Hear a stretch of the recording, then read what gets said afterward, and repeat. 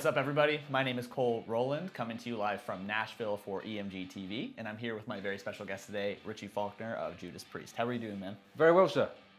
So both of us are brand new to Nashville. Well, me more so than you, but we both immigrated from different countries. I came from Canada, and you moved from London, the UK, back in 2019. What would you say some of the biggest differences between living in the UK and living in the US are? Well, it's a really good question. I mean, I think the way the world's changing at the moment is so fast. I was just in the UK, I got back 2 weeks ago. And the last time I was there was maybe 2020, just before the pandemic and the lockdowns kicked in. And I felt like a stranger in my own country, if that makes sense. I knew where I was, I knew the buildings, but it was completely different, if that makes any sense. It changed so much in such a short space of time. So, I mean, it feels more familiar to me. This is kind of more a home now than, obviously I lived in England for the majority of my life, but home is obviously where your heart is, where your family is, and where you make it. So, obviously there are differences. One of the big ones, obviously Nashville is called Music City for a reason. There's a lot of industry here, a lot of musicians that have moved here from, like we have, from outside Nashville, outside the States. There's a healthy appetite for music, not only country, but rock music, blues music, you name it, there's a healthy appetite for music here, which is infectious.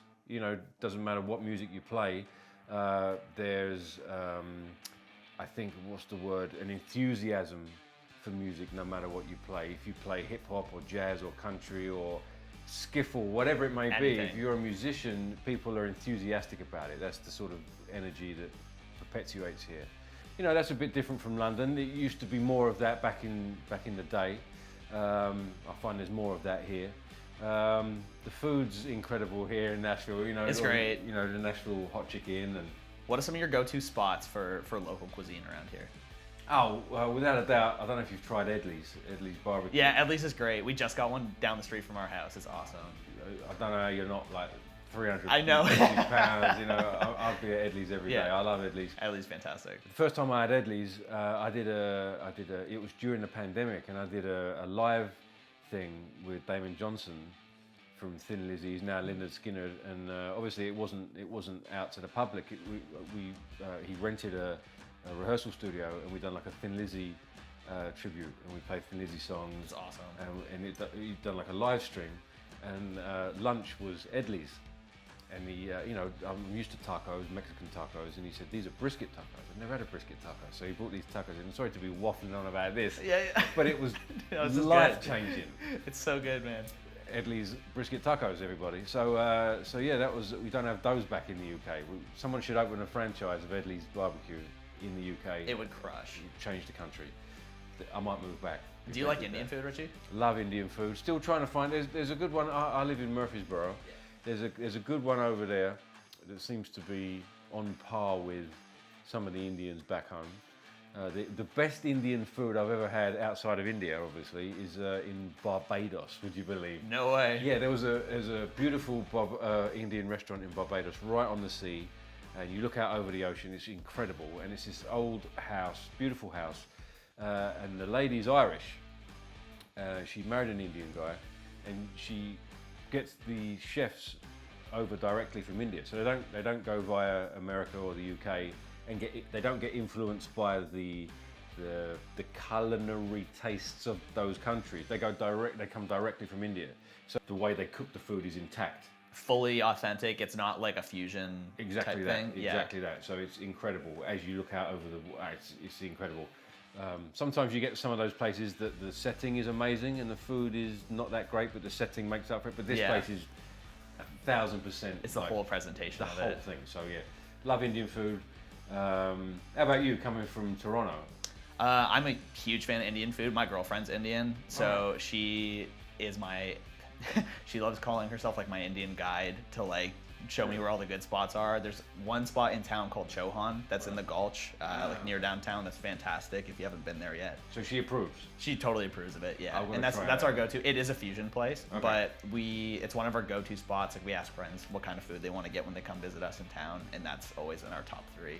You're so well traveled, obviously, having been with the band for so long. What would be some of your favorite cities or countries in the world that you've been to? Every city has its own charm, its own beauty.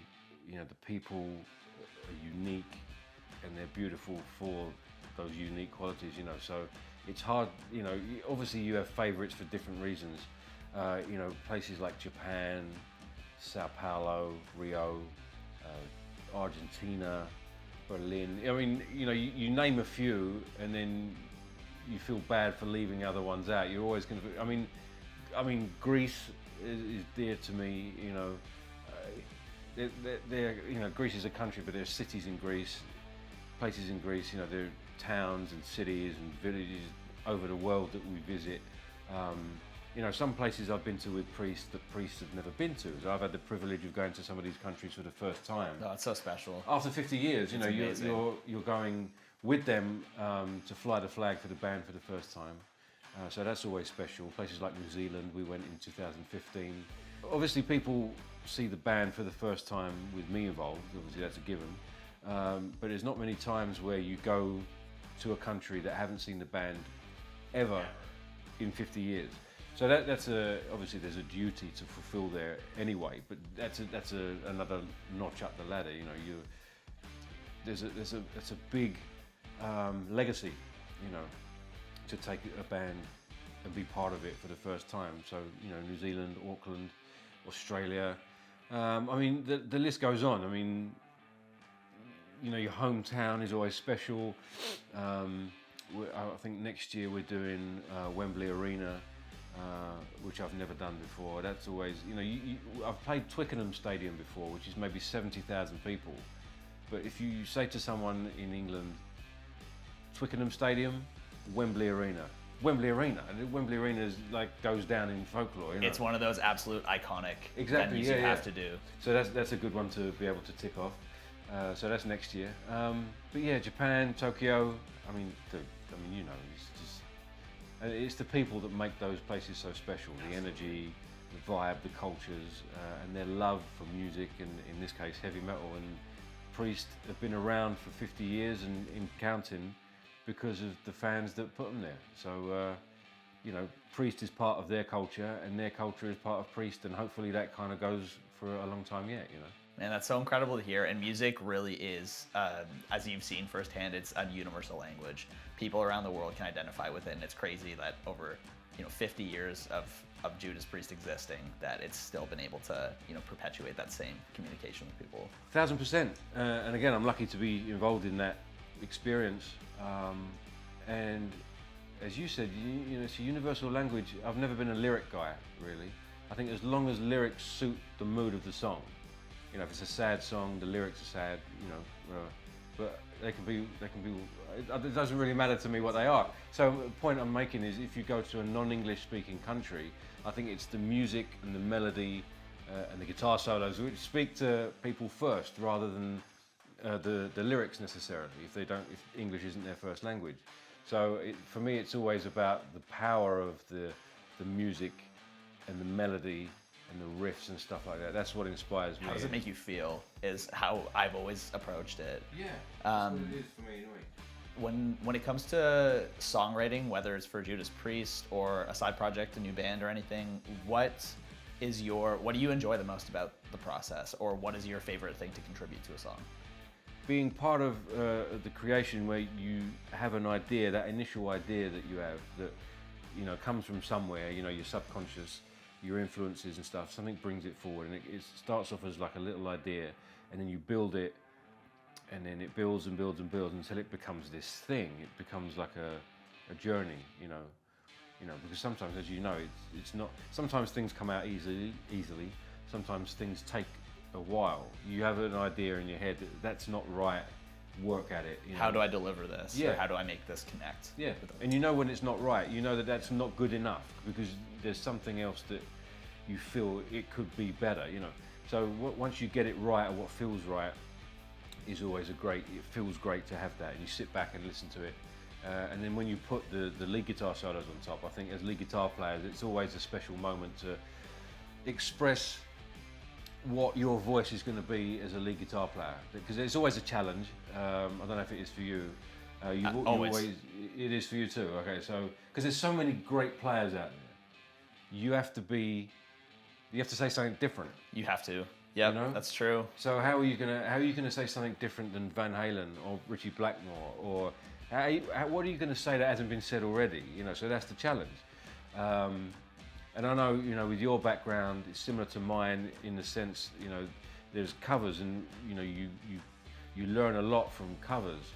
And I think that when you can play all of that, you're technically proficient, which makes it that it's easy to play anything. So, but it's hard to play The thing. Yeah. What is special to You what know? you're creating that someone hasn't already done. because you can play it all. So I think it's a hard thing to find. I think so. You know, you sit back and you find what's right for the song, what's right for the statement, and what's right in context as you as a guitar player. Is this my voice?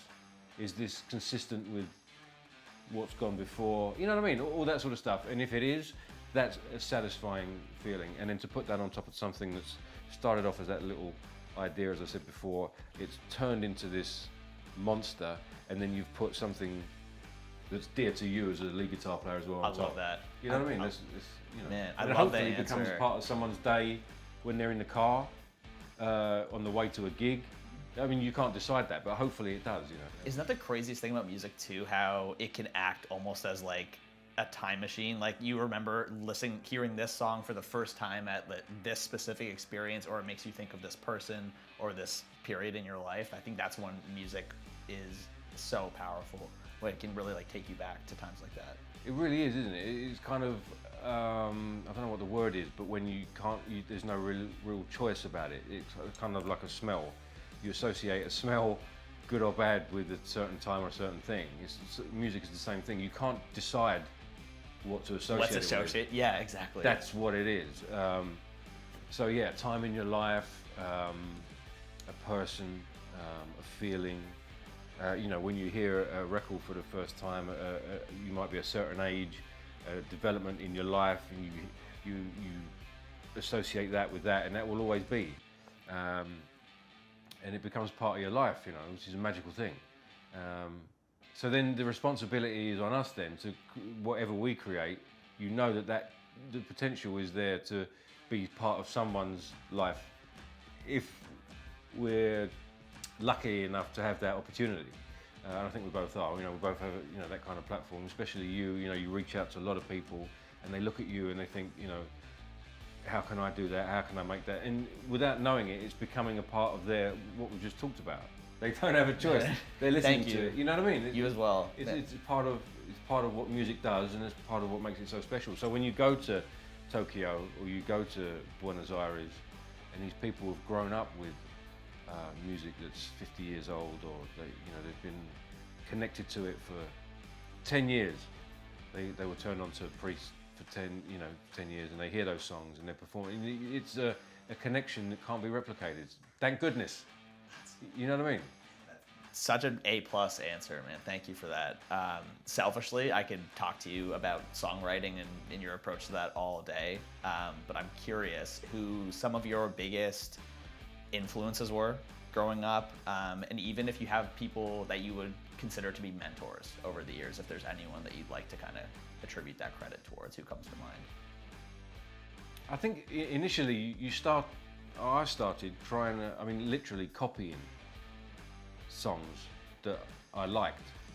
And, I couldn't record them at the time, but I think if I could, you'd hear it's the same songs. It would be like Sabbath and Maiden and UFO riffs with different awful lyrics over the top, because that's the way they did it. But that's how you learn, and Yeah. you learn by doing. Like you have to just do it. To be honest, I still do the same, but No.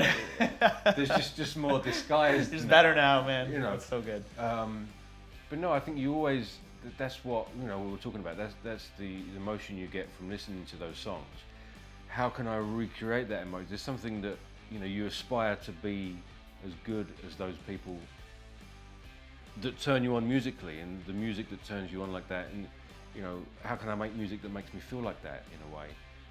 And a version of, not the same, because you want it to be as new and fresh as the way you heard it. So it's got to contain that element as well. So getting back to what I was saying, so it started off copying that stuff and then branching out with the same, how can I do the same kind of thing? What were they doing? Rainbow, UFO, Sabbath, Maiden, Priest, Metallica, Alice in Chains. You know, it's not a new formula, you know. I've never been one for recreating. People will tell you this as well. Like you can hear nothing that kind of reinvents the wheel. I've never been like a visionary. You know what I mean? Like a what's the word? I'm going to redefine rock and roll. I've never been like a Hendrix, and I know that. You know what I mean? I like this, and I want to do my version of it. And if anything definitive comes out along the way, then that's a product of it. That's true. I think those people are so few and far between. Like the total redefining the Hendrixes, the Van Halens. But I think you're being too humble, and that you have such a distinct sound. People know when it's your playing, and that's, I think, one of the biggest goals as a guitar player is if someone can pick you out of, a huge catalog of similar music and be like, that's Richie Faulkner. And I'd agree, and it's kind of egotistical, but that is a goal. Absolutely. You know what I mean? Yeah. I want them to know that it's me. I don't know why that is. Why? But it's cool. That's a good goal to have. Yeah, I think so. I don't know why. I mean, initially I wanted it to sound like Hendrix, but it didn't. How did that evolve over time? So if you used to want it to sound like Hendrix, how would you say that your tastes have changed? Well, I'll tell you what it was. I wanted to sound like Zach really bad. Me too. Right? I still do. Man. I wanted to sound like Dave Murray really bad. Like I wanted to sound like and Schenker. They were the three, and Hendrix. No one sounds like Hendrix, so I gave up on that one. So the three were Murray, Zach, and Schenker. My mind these days, my memory. Anyway, I'll tell you where it changed. When I got the gig in the big band, you can't sound like Zach anymore. Now, it was fine in Camden Town, because it was impressive. And you're learning your chops, you're learning, and Zach was a great mentor. I didn't know Zach, but you know Zach's music. Learning those chops was fantastic for like picking and note choice and phrasing. Schenker was the same, Murray was the same. Playing covers, it was a tapestry of Peter Green, Brian May, Tony Iommi, and all these guys, and you learn from all of them. It's technique masterclass. Yeah, it really is. And specifically Zach was one that I leaned to and sounded like. But when you got into the position, as what I said before, of what am I going to say now? I can't get into Priest and play Zach licks, and I did, because that's all I knew. But it was a conscious thing, like I can't do this in Judas Priest, because I need to be the Judas Priest guitar player. It needs to be, and that's what Judas Priest is about. You had KK Downing, Glenn Tipton, Rob Halford, those three guys at the front, and all guys had their own sound. So I'm now part of it. I've got to have my own voice. So that's where it changed, and it's still kind of in progress. I can still hear that stuff. That stuff will be ingrained in me forever. That's who you are as a musician. But you asked when the thought process changed, and that was definitely when it was. It's like, well, I can't be Zach anymore. I've got to be, or whoever it was. It's got to be. I've got to be Richie now. I've been given the platform in this band that are a group of individuals, personally, creatively, sonically, and as a group. What am I going to say as part of that? Would you say that it was the environment that you're now put in, being in that band, started to gradually shape that over time? You're in a different kind of landscape now, where you're like, I got the big band gig. Now I need to shift my perspective a little bit here and shape the sound to cater to this. I think it was just a given. It was an immediate thing. You know what the band means to millions of people and to you, yourself, as a player. And you know the opportunity. People, I don't think you could get up there. You know what it means. You know what the band means. That they defined that style, or they defined the style along with a few other bands that we know. You've got to quickly find, and it was that's just the way it felt, you know. And I don't think people still say, you know, there's the similarities with Zach for sure. Definitely at the beginning. Hopefully less so now, but I don't know. It was just that's what I felt like I had to do. I had the platform to be with this band and say what I wanted to say as part of the band, rather than be someone else up there, you know. I love that answer. It's almost as if, you know, when such big shoes need to be filled in a role like that, it almost is like entering a new era of that band. I'm very curious because I read a little bit about this, but tell me a bit about what it was like to get the call from Judas Priest. I heard that they had to hunt you down a little bit, that they couldn't get a hold of you. Well, fortunately, they were a little bit persistent, which was, you know, fortunate for me. Yeah, I think they sent me a couple of emails initially, which I thought were just mail-outs from a website that I didn't recognise. You put it in your junk folder? Yeah, I just deleted them. They were in there. Yeah. Oh, it's so good. Because I wasn't interested. I didn't read them. So it was from the management, whose name I didn't recognise, about Judas Priest. I thought it was a mail out from, like, you know, I've been searching some metal sites or whatever, and you know, they just got my IP and sent me some stuff. I didn't know, so I deleted them. So they called me in the afternoon, explained a little bit about the situation. Did you think it was real at that point, or? Yeah, I mean, I didn't have any reason not to. That's so good. But it was only some of the, you know, they only divulged a little bit of the information. They didn't know me from Adam, you know what I mean? It was like, they didn't want to give away too much information if I weren't the right guy. So, but after I had that conversation on the telephone, we arranged I was going to go and see the guys and the management and talk about some stuff. I went in the email bin, you know, the junk or whatever, yes. And they were in there. The emails were in there.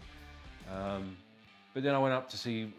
I went to Glenn's house and met Glenn and Rob and the management, and we talked it over and stuff. And they divulged a little bit more about the situation, and we went from there really. And you know, I had my first indications back then that they wanted a band member. They didn't want like a hired guy or a temporary guy. They wanted someone that was in the band with their own opinions and their own contributions. Yeah, exactly that. You know, and as we were saying before, I mean, I was going to struggle. You know, you can wear studded leather with long blonde hair. You're up against it as it is, you know.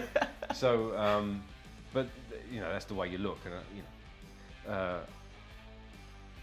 So we went from there. I played a few bits and pieces, and went from there really. It wasn't like a grueling audition process. It was very laid back, and we talked a lot. And I think they know a lot about, you know, there's millions of players out there, and there's a lot of them.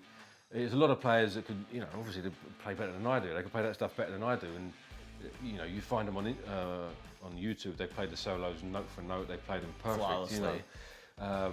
But I think they were looking for someone. Playing is part of the equation. You know, the rest of it is the personality. I think you spend a lot of time with each other in the studio, on the road, airports, tour buses, close quarters. Yeah, sitting around backstage. You know, so I think a lot of it is personality types and stuff like that. So yeah, the playing, I think, gets you in the door. You know. Fortunately, I was playing a lot at the time. Yes. I felt like I was on top of my game at the time. You know, I was confident. I think if you are the best player in the world, was a drummer, guitar player, singer, whatever, but you're an arsehole, no one's going to want to work with you. Now, so true. If you're, you know, 75% of the player that the other guy was, but you're a good guy and you get on well with people, people are going to go with you. they're going to take that guy. It's so You know, true. It's just the way the world works, you know. No one's going to put up with people like that for long.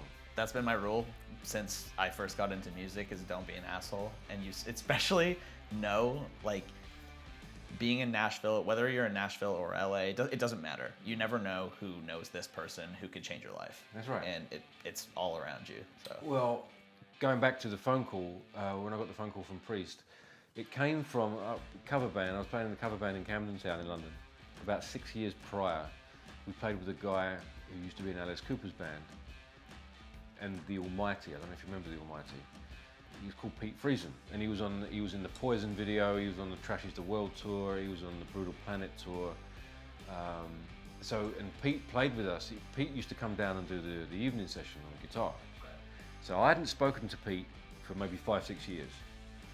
Priest's production crew knew Pete through a band called The Almighty. So they called Pete to say, to tell him about the opportunity, you know, for Priest. And Priest asked Pete. Pete declined respectfully. He had other things going on. I think he had a baby at the time. It just wasn't the right time. He respectfully declined. And they asked him if he can recommend anyone. And I was one of the names that he put in the hat. Now, I always thought, like, if I was a tosser back then, and I could have been, because I was, like, you know, early 20s, finding my feet, thinking, you know, I was the top dog in Camden, maybe, if that was my attitude. Yeah. But I was always respectful of Pete. I always, you know, obviously I was not an arsehole, is what we're saying. So Yeah. I played, you know, we were all good players up there. We all played well enough. That was just part of it. But we all got on well. We all treated each other with respect. And I guess that went 6 years when he put my name down.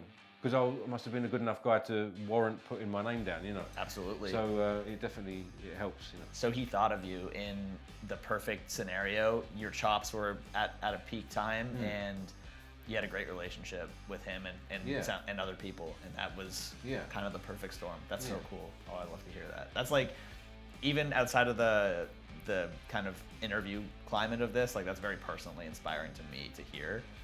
If someone was, let's say, in their early 20s or even late 20s, looking to pursue a career similar to yours, what's some advice you'd give someone at that age? I mean, I don't think you can ever beat live playing. And I think you play a different way. There's a lot of playing I see online now, as you're familiar with, but I think you play different live. There's no Control Z, you know, there's no wizardry going on to make it sound better. You get up there and you play with what you've got and you make it work, and every night is a lesson, you know, and every night you learn a different lesson and become a better player for it. You have to play, I mean, you know, you have to play right once. Absolutely. That's it. No Control Z. No. You said it.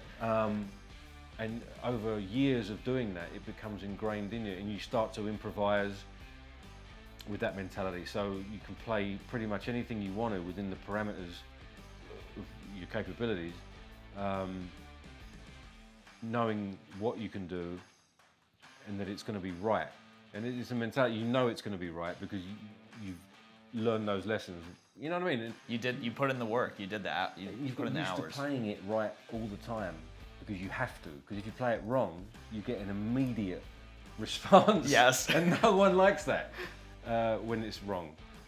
So you learn pretty quickly. And I don't think there's any substitute for playing live. So to answer your question, I would say whatever you play live as much as you can. Get out, play music you like, but play as much as you can, whatever opportunity you can. People wait for, I know people that I'm not going to play until this, or until that situation happens. You put it off. And they never play. They talk about it all the time, they never play. Just get out there, play that shithole over there with, they haven't got any monitors. Monitors. Play anyway, like, you know, oh yeah, but you know, my in-ears. Go and play, just go and play. Find out what, you know, you're going to learn something, and, you know, it's going to be better next time. Just go and play. Stop moaning about it, you know. making excuses. Go and fucking do it, you know. Ah, I love that. That would be my advice. Go and play live as much as you can.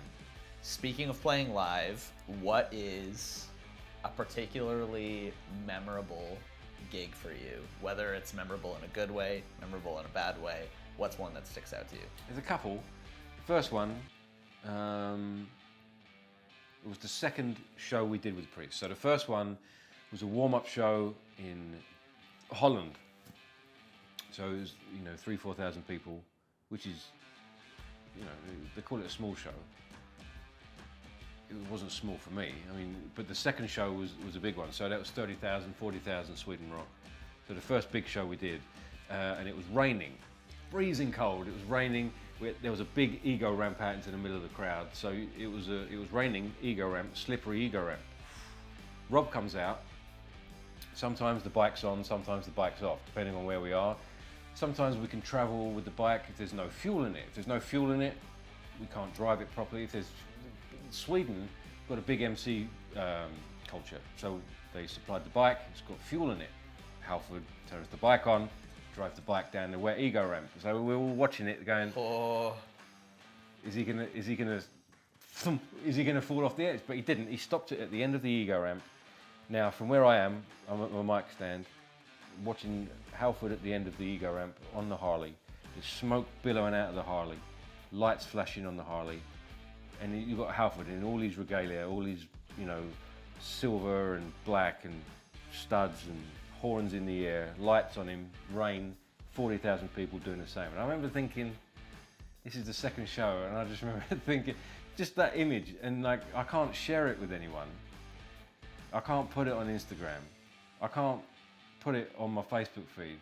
It's in here, and I think if I could have put it on Instagram, there would be no conversation. I'd have said, well, that picture that I posted in 2011 from Sweden Rock, and you'd have said, yeah, that's the memory. Okay, great, moving on.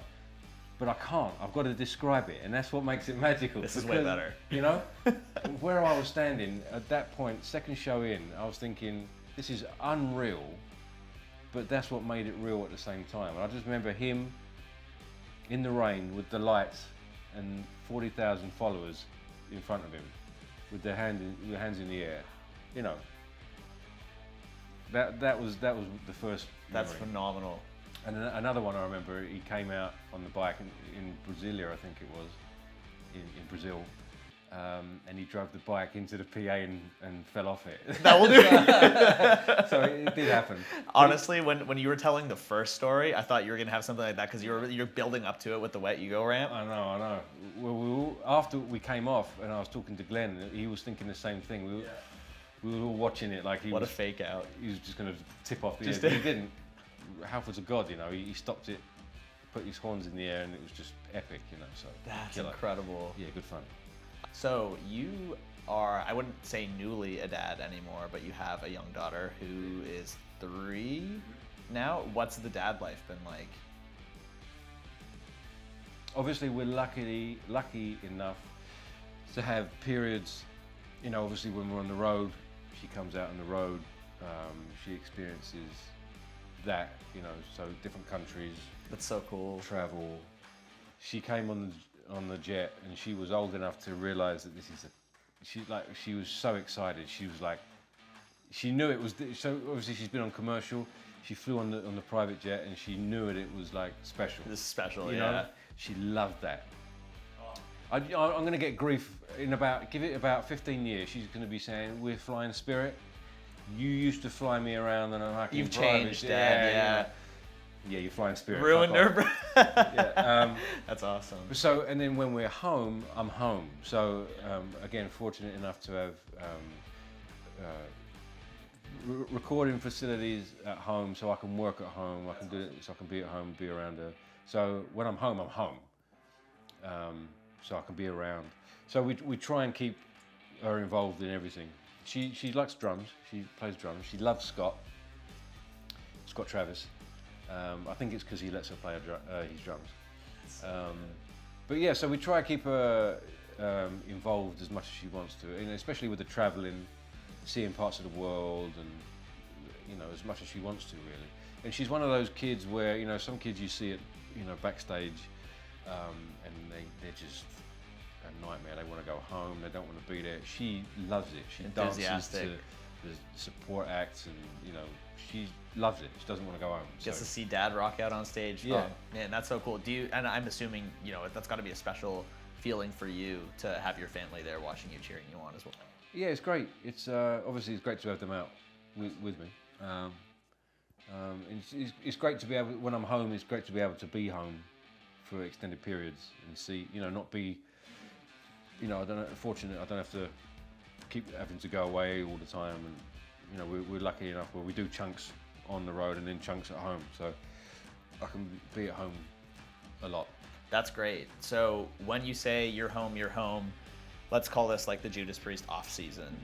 What does that typically look like for you with keeping yourself busy? Do you feel like you're always writing, or is it true kind of like downtime? What's kind of your routine? There's always something going on. I mean, you know, there's always, you know, you're always, I mean, I think David Lee Roth said it best. He said, you're always banking the ideas, you know, you're putting those ideas in a bank for use later on, you know, so I'm always doing that. There's always, you know, we released the Elegant Weapons record earlier on this year, so there's interviews and promotion for that. We just toured that in Europe for about a month. And now there's Priest mixes to approve and go through. The record's coming out early next year sometime, so there's going to be a promotion thing for that. There's always something. There's always something. That's awesome. Thank goodness. You know, Yep. we live in a time where we can be busy with music. Absolutely. You know? It's so great. Because it wasn't a couple of years ago. I mean, that was no fault of our own. That was just purely the way. Had a scary time. Yeah. You know, the world was. You know, everything shut down. Did Elegant Weapons come together during the pandemic, or what's kind of the backstory? Yeah, I recorded the record during the pandemic, or just 21. So some lockdowns were lifting in 21. A lot of the stuff was written. Oh, I had some stuff kicking around years before that, you know, and I kind of consolidated everything. The bank's always growing. The bank. You know, we had some time. Again, no one was doing a lot of live playing during the lockdown, so Great time to write a record. yeah, a lot of people did, you know. So I had those ideas floating around, consolidated them. What do you think you'd be doing if you didn't become a career musician? What do you think the life path would have been? Do you know, just before I got the call from Priest, I was looking into career jobs, like fireman, pilot. No kidding. Yeah, because there was stability, there was everything that I didn't have with the music. So I was looking for pension. Stability is very attractive. Yeah, for sure. when you don't have it, for sure. So I don't know if I'd have continued down that path, but maybe I'd have been a pilot or something, or a fireman. I don't know, but I was looking for something more stable for sure. But then obviously the universe does what it does, and man, I love that. What was your first like part-time job or first like job as a kid? I worked in a barber shop for a day. For a day? Yeah, for a day. Yeah, it was one of those things. My dad got me the job, and I didn't really want to do it. They didn't really need anyone, but they gave me a job for a day, and then they told me they didn't really. But I had a job in a music shop, which was great for years. I had a job in a restaurant. I had a job in a coffee shop. And I had a job in a bar for years, because in London you could work in the city Monday to Friday in a bar, and then they weren't open on the weekend, so you could do gigs at the weekend. You'd meet so many people too, yeah. that way. Yeah. Oh, it's awesome. Yeah, but I'd still, I mean, if I wasn't doing it professionally, I'd be playing, where are we today? We're Wednesday. I'd probably be gigging Friday at some shithole in wherever. Without the monitors. And without monitors, in-ears, but I'd be playing Mustang Sally, Fleetwood Mac, same stuff, and I'd probably be doing that until I die. Oh, that's great. I love that. Any new bands that you'd like to shout out that you've been listening to? Anything, either that, or do you have any like guilty pleasure artists you've been listening to lately? Tons of guilty ones. Let's go. Well, like, I've been listening to Dirty Honey. I think they released their first record a couple of years ago. I think they've got a record coming out this year. Purely because the singer's got a wicked rock and roll name. I think his name's something like Mark LaBelle or something like that, or something like that. But That's so rock and roll. so rock and roll. It's good. But meat and potatoes, good rock and roll. But as far as guilty pleasures, I mean, they're not guilty. I'm not really. I don't feel guilty to listen to Duran Duran or Ultravox or Roxy Music. Yep. I think they're fantastic. You know, I've always said that. You know, you look. That's what you grow up with, and I think if they weren't part of my musical makeup, maybe the stuff that I put forward for Priest wouldn't have been accepted. That's the way I think about it. I would have put forward like metal stuff, you know. Yeah, so this is your Maybe some unique good- way of bringing something Maybe. totally different to the table. Maybe without trying to. It's just part of what It's what you like. your musical makeup is. You know, Bryan Adams. We just did the Hall of Fame thing, and Pat Benatar there, and Neil Giraldo. Oh, it's so awesome. Wham! I just watched a documentary on Wham, and I was brought up with that stuff, so I can't. I'm not going to say, oh, I don't like that stuff. It was part of what was going on when I was a kid. And you know what's great about that is everyone I know that's in an accomplished position never says anything like that. They're like, oh, I don't listen to that stuff. They all go, hey, this is what I like, and you know, it really shapes how you approach writing music. It shapes who you are as a musician. So Tons of it. Yeah. Human League. yeah. And Fantastically crafted pop music. Yeah. Thank you guys so much for hanging out with myself and Richie Faulkner today. You're watching EMGtv. My name is Cole Rolland, and we'll see you next time.